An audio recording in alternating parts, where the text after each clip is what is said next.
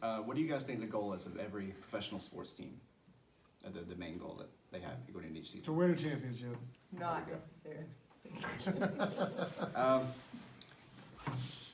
Yeah, that's usually that's what everyone will tell you. That's what every player, owner, coach, whatever manager will say that they're trying to do year in and year out. But that's not usually the case. There are a lot of teams that seek to be number one in something other than power rankings at the end of the year. They want to be number one on the draft board. They want to be able to have the best opportunity to pick the best prospects that are coming out of each class. And usually if a general manager realizes at some point that his team isn't set to win now or in the future, that they decide to tear everything down, to trade all of their best players, to get rid of all of their good assets, and then they try to rebuild and then intentionally lose so they can be better in the future. This philosophy of rebuilding, or as a lot of people refer to it as tanking, it's been utilized for professional sports by professional sports teams for decades, but it's become really popular over the recent years because the main reason is because it works. In order to inform you why so many professional sports teams are trading away everyone, like I said earlier, I will explain in detail the process of rebuilding and what teams ultimately hope to accomplish at the end of their rebuild.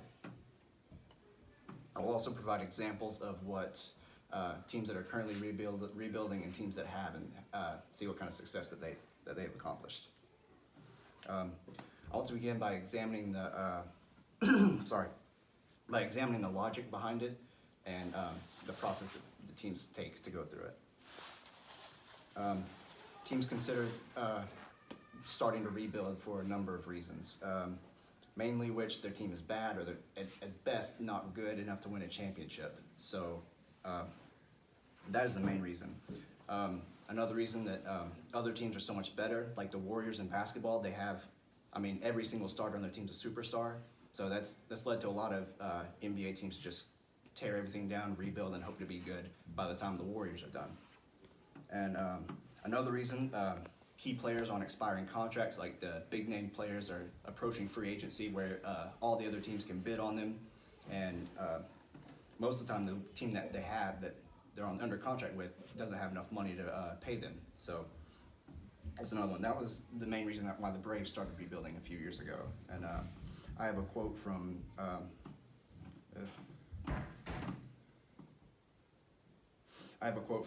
New York Times article, if I can. It says, John Hart, the Braves GM, said that he could have reloaded and made one more run with outfielders Justin Upton and Jason Hayward facing free agency, but instead, believing those players would leave anyway, he traded them and outfielder Evan Gattis to headline a series of moves that flooded the organization with prospects. And that was what was happening with the Braves. They had multiple players on expiring contracts, and they still weren't good enough to make the playoffs anyway. So they decided to trade all their good players away and get prospects, hoping that sometime down the road they would be good enough to start winning and contending for championships again. Like I said earlier, rebuilding or tanking is proven to work. There's two teams in baseball right now, the Cubs and the Astros. Both of them went through like 6 or 7 years of 100 lost seasons, terrible years, and that's because they traded everyone away and then started to began rebuilding. I have another quote here from Jonah Carey of CBS Sports that says, the Cubs and Astros are the new poster teams for that approach. Both stripped their major league roster to the bone, acquiring the young talent and financial flexibility they needed to start their climb back to contention. Both executed their plans so perfectly and nabbed enough luck along the way to break unfathomably long World Series droughts. The Cubs won theirs in 2015, and the Astros just recently won their World Series.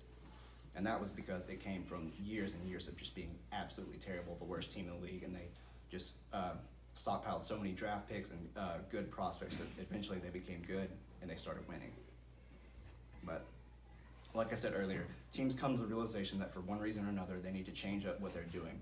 That the reason they're here is their philosophy isn't working, their players aren't good enough, and they're just not winning enough games, not getting the championship. There's usually 3 categories. If teams are really great, they're making deep playoff runs, and they're contending for championships, winning championships. But another category is they're really bad. If teams are just absolutely terrible, they're already in that rebuilding process, they're losing a bunch of games, getting the high draft picks, and they're probably going to be really good a few years down the road.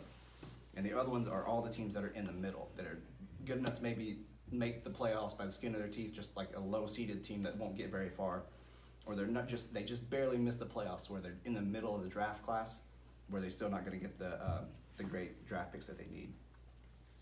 But rebuilds usually begin with teams trading off all their talented players, like I said, the Braves did. They trade them to people that are trying to compete right now who aren't rebuilding, obviously. The Marlins did this just this season. They traded away the MVP of the league and two of the best outfielders in the league just to start rebuilding so they could start losing games and getting back to where they needed to be. The next step in rebuilding is the least popular there. That's why so many teams dislike doing it so much. That's losing, and they need to lose a lot.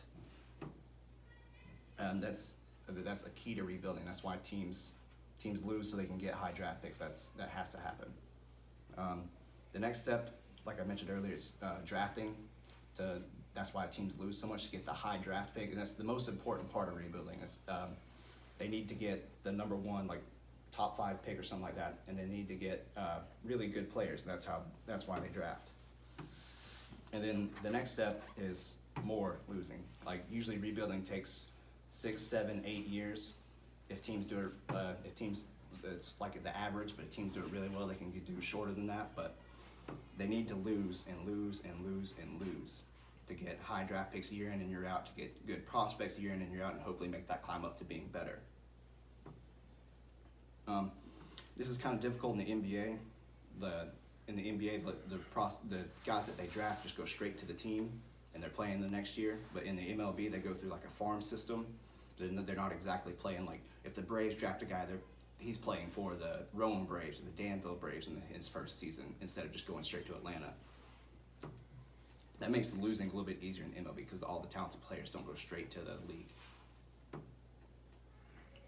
But it's not a popular process, and it's not something that teams like at all. There is one thing I found is the Philadelphia 76ers they've been rebuilding for a long time now, and they've developed a phrase called "trust the process" that a lot of their fans have caught on to, and they say it all the time during games. They make posters and stuff like that teams love, and all of that information was from a story by Ian Rappaport in 2017.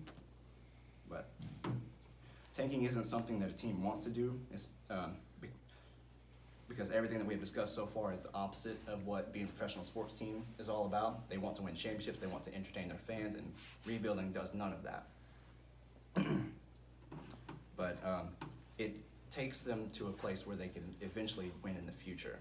That's what, like I mentioned earlier, that's what the Cubs and Astros did for so long, and that's how they're so great now. They're two of the best teams in the league, and that's what they're even a lot of the when most people pick who are going to the World Series this year, they usually pick the Cubs and the Astros for that reason, because they're so good. Let's see if I can find my spot. To conclude, I wanted to look at the final step of the rebuilding process, which is the opposite of what we've talked about so far, and that is winning. That's the only way to escape the rebuilding process, and it's usually often how it ends. Like I said earlier, rebuilds usually work. That's what the fans deserve. That's the reason, like, professional sports are an entertainment industry, and that's what their main reason is, to entertain fans, and that's what winning does. That's what the rebuilding process tries to accomplish. Teams like the Cubs and the Astros, who are now enjoying just a success that they've never even seen before. Like the Cubs went 100 years without winning, and I don't think the Astros had ever won one before. And because of this rebuilding process that they went through, now they each have championships that the fans can enjoy. But in review, rebuilding has become more and more popular for one simple reason: it works. Every league has powerhouse teams that more often than not, they beat up on the teams that are worse than them. The team that finds themselves in that other teams category that I mentioned, they come to the realization that they have no shot at winning a championship at all, so they start rebuilding. It's solid logic. Like, if your team is okay or good, you're still going to get beat up by the superstar teams anyway. So it makes sense to just intentionally lose as much as you can to get good draft picks, and by the time that whatever powerhouse team's on top of you, by the time that their window is closed and they're done winning, maybe you'll have a chance. In closing, tanking or rebuilding is extremely unpopular, and it goes against the core concept of what every team believes in. It goes against competition, and each professional sports league manager, or I'm trying to think, like owner, commissioner, that's what I was trying to say. They try to get rid of it. They try to make drafting, getting high draft picks harder. They encourage teams to win more. They increase, or they enforce salary cap minimums to make every team spend a lot of money. And it's what teams try to avoid, or what commissioners try to avoid, but teams eventually keep doing it anyway because it works so well and it makes too much sense not to try it. But there will always be teams desperately turning to this method with the hope that one day, sooner or later, that their team will be back on top and winning championships, as they see so many rebuilding teams eventually end up doing. So that is all I have. Thank you so much for you guys' time.